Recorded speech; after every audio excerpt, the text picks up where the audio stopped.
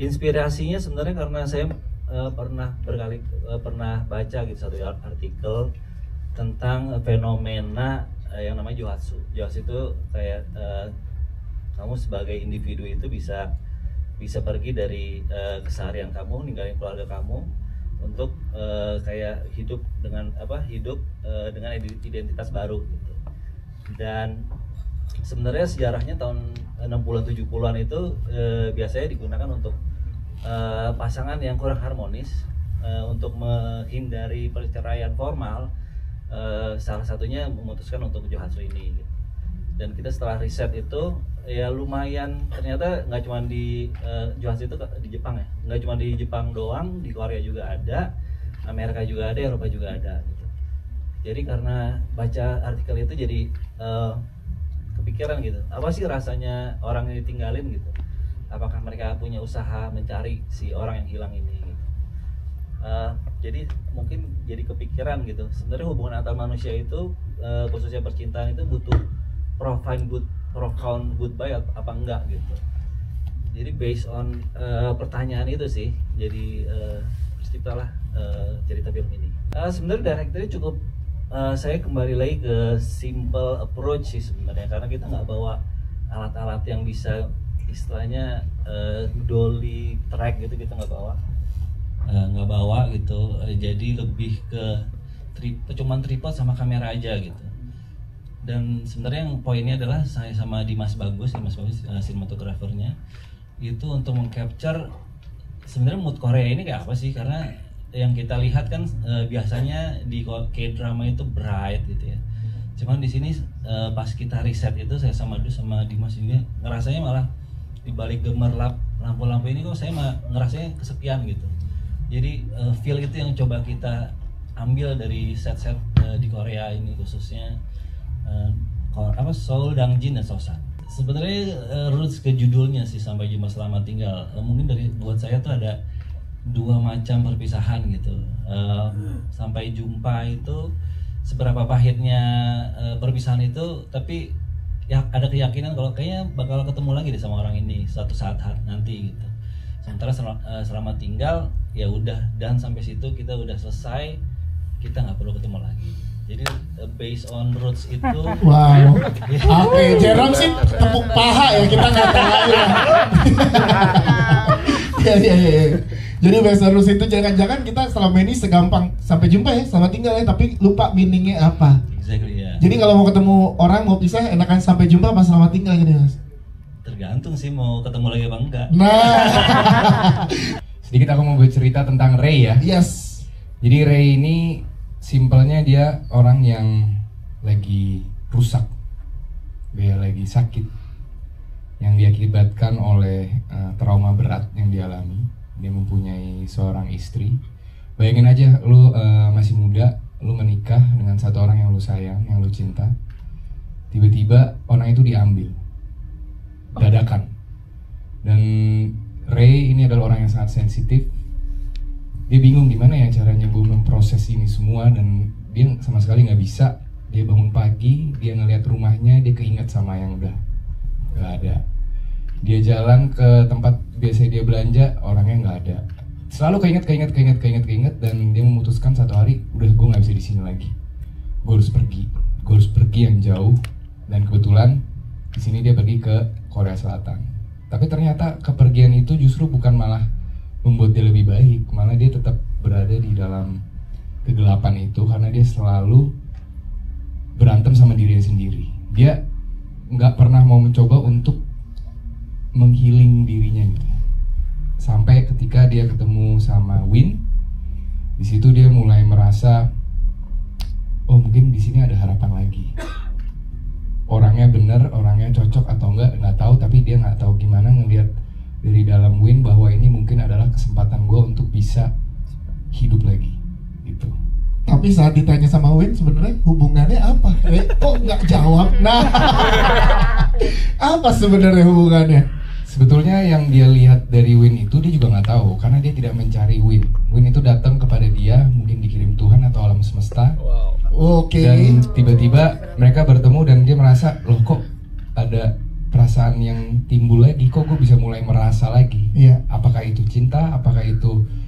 kenangan dari masa lalunya, dia nggak tahu tapi dia merasa gue harus geserkan energi gue kepada si Win ini gitu. Kita pengen tahu sudut pandang lo sedikit lagi, Jerome. Tadi di terakhir, pelukan terakhir, Ray itu sebenarnya pengen sampai jumpa apa selamat tinggal? Karena itu berasa banget sih kita yang nonton kayak sampai jumpa apa selamat tinggal sih yang lo pengen gitu. Sebetulnya si Ray kepada Win kan? Iya. Sebetulnya kalau menurut gue pribadi ya, pada akhir di film itu sampai jumpa aja. Selamat tinggal aja. Karena Win itu merupakan yang dia tidak sadari adalah satu level di mana dia mulai pelan-pelan untuk healing. Nah kan dia lanjut kemana lagi tuh? Iya. Nah di situ dia mungkin ketemu orang lagi yang bisa membantu dia untuk mengingat dirinya kembali. Dani memilih ghosting untuk hubungannya dia dengan Win. Karena apa? Karena backstory yang kami bangun, Mas Adri, saya dan Putri bangun tentang hubungan Dani dan Win ini, itu backstory-nya tuh udah mumet, udah kusut, udah nggak bisa diapa-apain, capek gitu dengan tingkah lakunya Win yang bertambahnya usia tapi cara pacarannya kita tetap kayak gitu-gitu aja. Sedangkan Dani mungkin yang sudah lebih mau serius untuk hidup gitu. Tapi Winnya belum. Akhirnya solusinya adalah ghosting karena sebelumnya semua cara udah dilakukan sama Dani terhadap Win. Ya. Sampai akhirnya dia memilih untuk gue cabut aja deh. Gue mau rubah semuanya, mau mulai dari nol, buka lembaran baru. Dia memilih kota Dangjin untuk memulai hidup yang baru kayak gitu. Jadi emang dia ghosting sih. Jadi Jordi udah dari awal tegas selamat tinggal ya. Selamat tinggal. Balik lagi tapi. Tapi Dani tuh selamat tinggal sama Dani jadinya ke Reno atau gimana? Pengen tahu karena kan lu mengganti identitasnya. Semua. Dia benar-benar manusia yang untung dia nggak bunuh diri gitu. Dengan semua masa lalu yang dia punya, dia memutuskan untuk memulai hidup yang baru, menjadi orang yang baru dengan situasi yang baru. Pokoknya semua mau dari nol gitu. Dan bisa dilihat dari perubahan looknya, dari perubahan sikapnya yang udah benar-benar maunya gue bertahan hidup aja deh gitu. Happiness gue adalah my loneliness gitu. Dia udah kata-kata hari ini tuh Jordi. Coba ulang Jordi biar kita potong di TikTok nih bagus banget. Coba gimana Jordi? Yeah, my happiness is my loneliness. itu jadi ya dia mau mulai say goodbye ke semuanya. Terhadap Dani pun dia goodbye. Gue akan jadi Reno sekarang. Ini untuk project ini menarik sih untuk hubungan dengan Putri Marino, dimana yang sebelumnya sama Mas Adri juga. Kita lebih ke pendekatan secara individu gitu. Bagaimana Putri mengenal Jordi, Jordi mengenal Putri. Untuk di project Sampai Jumpa Selamat Tinggal, kita lebih tajam lagi ke karakternya. Karena kita sudah saling mengenal satu sama lain sebagai Jordi dan Putri. Sekarang bagaimana nih Dani dan Win? Karena hubungan Dani dan Win ini kan ya itu tadi kusut, udah tidak bisa ditolong, bisa jadi satu arah juga gitu. Bagaimana kita bisa build hubungan itu tanpa dijelaskan banyak di film kayak gitu. Jadi lumayan diskusi panjang dengan Putri dan Mas Adri, dibantu juga teman-teman yang lain. Kita cerita soal hubungan toksik itu kayak apa kayak gitu. Dan Putri kan cukup serius untuk mendalami karakter kan. Dan gue lumayan tipikal yang mirroring gitu. Jadi apa yang dilakukan sama lawan main gue itu juga yang akan gue kasih. Dan ya terciptalah Dani dan Win yang barusan teman-teman lihat. Semoga bisa dirasakan gitu betapa kusutnya, betapa capeknya Dani dengan Win ini gitu. Oke, pertama-tama aku ingin mengucapkan terima kasih kepada Presiden Media telah hadir di press conference dan screening ini. Untuk proses pendalaman karakternya, seperti biasa aku membaca skripnya, aku menganalisa, dan tentu aku berdiskusi sama Mas Adri untuk pembentukan karakter Fanya. Mungkin pada awalnya kita punya stereotip kalau gangster atau bos mafia tuh cara bicaranya seperti laki-laki atau enggak yang preman gitu. Tapi di sini aku menawarkan sesuatu yang baru. Kenapa kita nggak menciptakan aja karakter yang baru gitu? Mungkin contohnya kita bisa, kalau aku kan hari-hari kalau ngomong cukup cepat ya temponya gitu. Kalau kita lambanin gimana? Kalau dia cara Fanya berbicara kita lambanin, itu menandakan kalau dia itu karakter yang sangat taktis, dia itu pelan-pelan, dia itu seperti apa ya? predator yang pelan-pelan ingin mencari mangsanya gitu. Jadi dia benar-benar observe mangsanya, dia observe gerak-gerik mangsanya, dia harus ngomong apa nih selanjutnya gitu. Pun selain dari speech of pattern, kita juga bisa melihat dari physical appearance-nya yang emang agak nyentrik, nyeleneh, dari tatonya, dari pilihan warna rambut, dari piercing dan lain-lain. Itu pun juga dengan diskusi sama Mas Adri gitu. Dan ini emang jujur karakter antagonis pertama aku, jadi aku sangat excited untuk kayak meracik, nih kayak seru nih, bisa gue apa-apain gitu. Dan thank God Mas Adri tipe sutradara yang emang good listener, dia mau sekali berkolaborasi, benar-benar ngeracik nih karakter, kita bisa apain ya, kita kulik bareng-bareng gitu. Gimana ya, kita juga sempat syuting di Sosan kan ya, kita sempat syuting di Sosan, itu kota kecil 30 menit dari Dangjin. Nah lucunya di Sosan itu juga ternyata cukup banyak mafia-mafia atau gangster di sana. Jadi aku kayak melihat aktivitas orang-orang di sana, dan itu sangat cukup menarik sih untuk menjadi vocabulary untuk si Fanya ini. Lumayan, tapi untungnya kita diberikan privilege untuk kita punya dialect coach. Jadi kita sebelumnya pas proses reading kita diberikan sekitar 2-3 minggu untuk berlatih dialog Koreanya. Kita dibantuin sama Kak Ayu, dia emang orang Indonesia yang sudah menetap di Korea lama. Jadi kita dikasih tahu pelafalannya seperti apa, pronunciation-nya gitu. Tapi kita juga dibantu sama production service kita di sana, fixer kita namanya Jay. Jadi kita bisa konsul ke dia kayak kalau misalnya anak muda ngomong bahasa Korea di sana tuh seperti apa gitu. Jadi bisa lebih relate lah gitu. Buat aku scene yang paling aku siapin banget tuh pada saat masak ayam bakar Bubu Bali. Itu simpel banget, itu rasanya kayak keluar aja gitu dengan sendirinya gitu, karena memang latar belakangnya Anto berasal dari Jawa dulunya, TKI yang kemudian pindah ke Korea dan lama di Korea menetap jadi hospitality di sana. Ya ada orang Indonesia ke Korea kita bantu segala macam. Jadi scene itu tuh buat aku sedikit banyak aku persiapkan dengan khusus gitu, karena juga lawan mainnya juga Putri Marino juga ngasih umpan-umpan yang enak gitu. Dan Adri juga di scene itu membebaskan sekali kita mau ngapain, karena kita di tempat yang sempit, yang kecil, yang naruh kamera aja bingung ya Dri. Ini mau gimana nih, kamera taruh mana nih, tapi senang sekali. Dan setelah nonton tuh hasilnya juga lucu juga ya.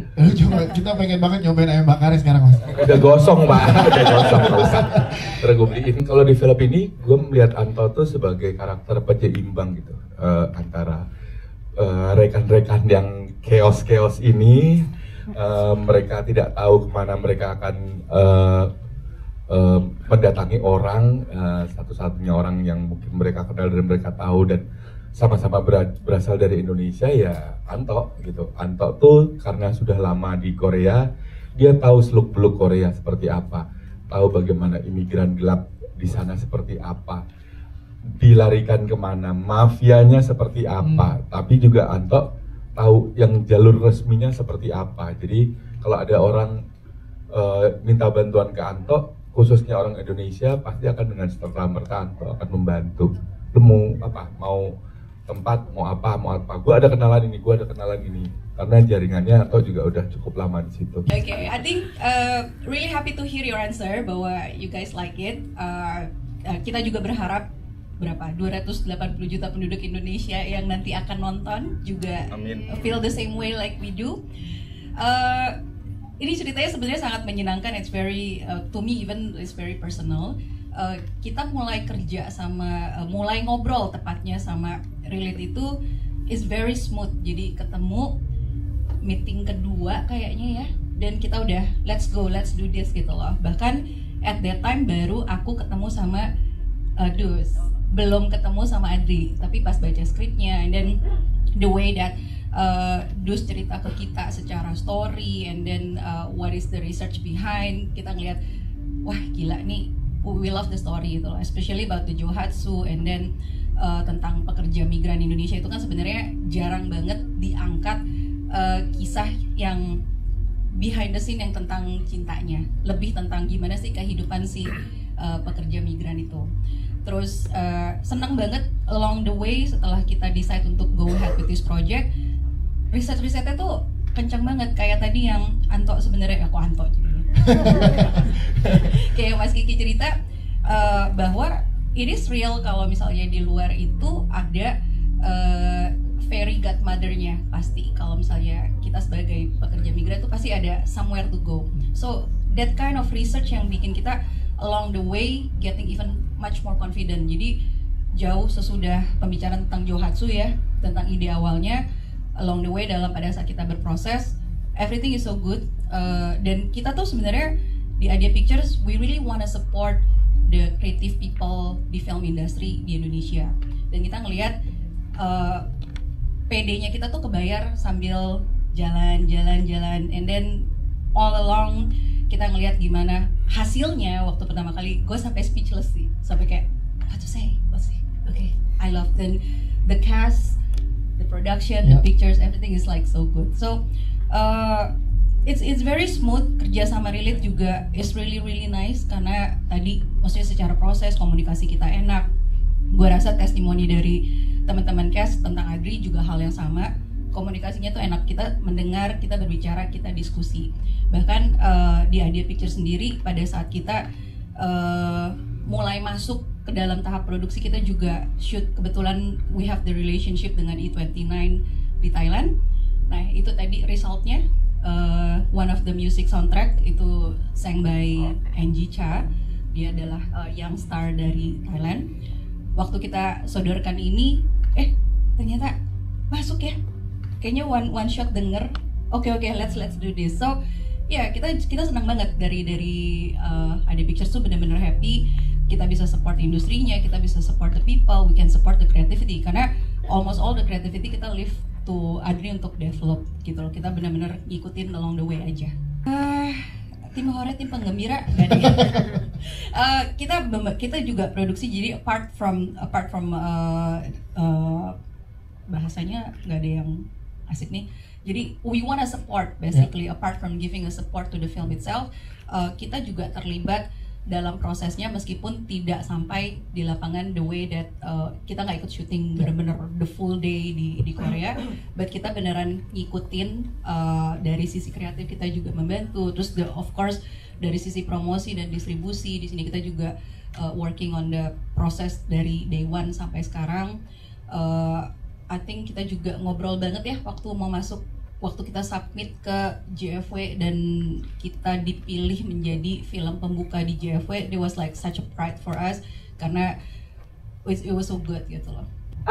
Film ini Sampai Jumpa Selamat Tinggal dengan judul awalnya Goodbye Farewell adalah proyek pertama Relate Films bekerja sama dengan Idea Pictures. Dan kalau ditanya gimana rasanya, adalah sebuah kebahagiaan untuk bisa menciptakan sebuah karya bersama dengan Idea Pictures. Karena sejak awal kita Relate Films merasa tidak ada hal yang berat untuk menjadi halangan kita membuat karya ini bersama. Kepercayaan itu ada sejak awal sampai akhir, sampai hari ini akhirnya kita senang banget ya akhirnya bisa melahirkan karya kita bersama gitu. Jadi semua prosesnya terasa begitu enak, yang semoga juga bisa dirasain di visualnya ketika ditonton.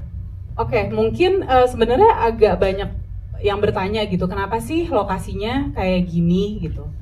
Itulah sebenarnya yang kepingin saya sebagai produser mengangkat, karena kita Relate Films memang selalu pingin sekali membuat cerita, membuat karya yang tidak biasa.